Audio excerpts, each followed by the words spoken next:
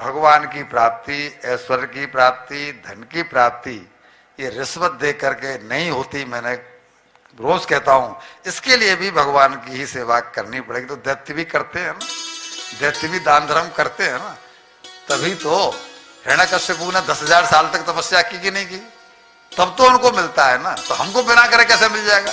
बिना कथा सुने भगवान से प्रेम कैसे हो जाएगा? बिना दान धर्म करे कैसे भगवान से प्रीति हो जाएगी? कैसे अगले जन्म में मिल जाएगा? इनको मालूम था ये बात, तो ये उसके पास गए और तीनों लाइन में लग गए। और जब इनका नंबर आया तो वो तो किसी को देखता नहीं था कि भाई कौन आ रहा है कौन जा रहा है, जो भी आ रहा है जो सो मांग रहा है उसने कह दिया हमारी इसको दे दो और आगे बढ़ो। लेकिन जब ये तीनों पहुंचे तो भगवान कृष्ण सबसे आगे थे और उन्होंने कहा कि राजन, हम आपसे भिक्षा मांगने तो आए हैं, लेकिन हमें धन की और अन्न की भिक्षा नहीं चाहिए। तब उसने गर्दन उठा के देखा कि भिक्षा तो इसी की मांगी जाती है, और क्या मांगने आया है। देखा तो कुछ शकल जानी पहचानी लगी, लेकिन चूंकि ब्राह्मण वेश में थे तो बहुत जल्दी से पहचान नहीं पाया। तो पूछा उसने क्या, तो बोला हम तुमसे युद्ध करना चाहते हैं। अब युद्ध तो क्षत्रिय का धर्म है, ये ब्राह्मण वेश में है। तो उसे ताज्जुब हुआ, जब गौर से देखा तो हाथों में मसल्स, ये क्षत्रिय हैं। और वो सब देखा तो तुम ब्राह्मण नहीं हो। हाँ, हम ब्राह्मण नहीं है। भगवान ने क्लियर कह दिया हम ब्राह्मण नहीं है, मैं कृष्ण हूं तुम्हारा पुराना दुश्मन। ये अर्जुन है, पांडव अर्जुन, और ये भीम है। तुम हम तीनों में से किसी से भी युद्ध करो, हम युद्ध की भिक्षा चाहते हैं।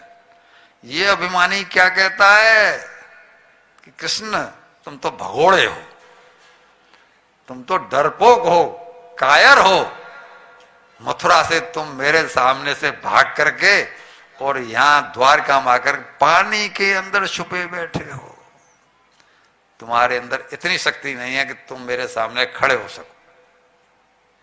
भगवान तो अब भगवान को तो इससे कोई मतलब ही नहीं कौन क्या कह रहा है। भगवान चुप रहे।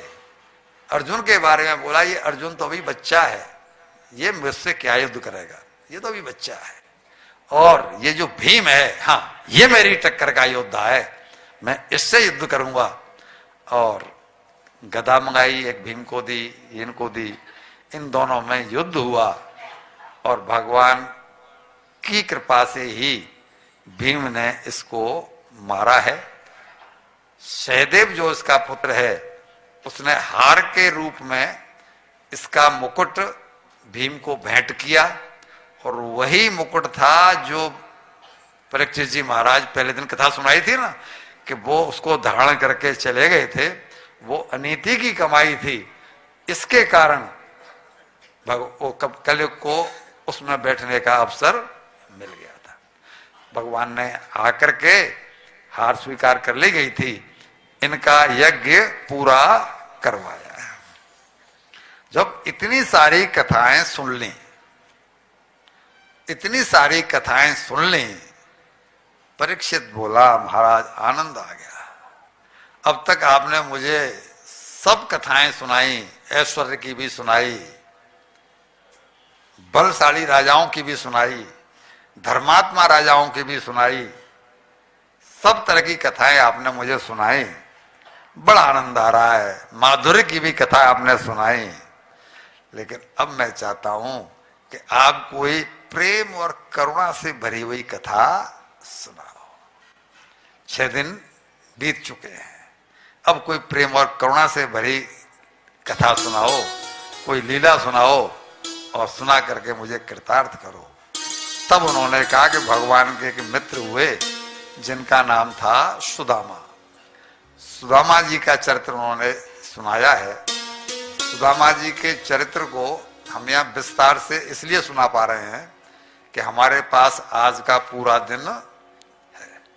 जब ये कथा की बात हुई थी तो ये बात आई थी सामने, सुशील कुमार जी से पूछा गया था कि भाई हवन कब करोगे, पूरा दिन कथा नहीं हो पाती है, फिर 4 घंटे। इन्होंने कहा कि हम 17 तारीख तक अपनी कथा को लेके जाएंगे, भंडारा 17 को करेंगे, हवन भी 17 को करेंगे, तो हमको पूरे 4 घंटे सुनाने को मिल रहे हैं ना। और अगर हवन और ये सब अभी होता तो हमें 2 घंटे में कथा पूरी करनी पड़ती, रह जा कथा को काटना पड़ता। तो अब हम कथा में प्रवेश करते हैं और पूरी कथा आपको सुना रहे हैं। तो वो कहते हैं कि भगवान कृष्ण के एक बचपन के मित्र थे सुदामा। कृष्णस्या शीत सखा कश्चिद ब्राह्मणो ब्रह्म वित्तमः। इस श्लोक को जरा पूरा सुन लेना। इसमें सुदामा जी के गुणों की चर्चा है कि वो कितने गुणवान थे। कृष्णस्य शीत सखा कश्चिद ब्राह्मणो ब्रह्म वित्तमः, ब्रह्म वित्त का है, विरक्त इंद्रियार्थेषु प्रशांतात्मा जितेंद्रिय। संतोषी, इंद्रियों को जिन्होंने अपने बस में किया हुआ था, विरक्त, किसी से कोई संबंध मानते नहीं थे, और ब्रह्मनिष्ठ, ये ब्राह्मण थे। इनकी कृष्ण से मित्रता उज्जैन में हुई थी, वो कल हमने आपको प्रसंग सुनाया ही था। और कृष्ण तो संदीपनी गुरु के यहां से वापस आ गए थे और ये वहीं पर रह गए।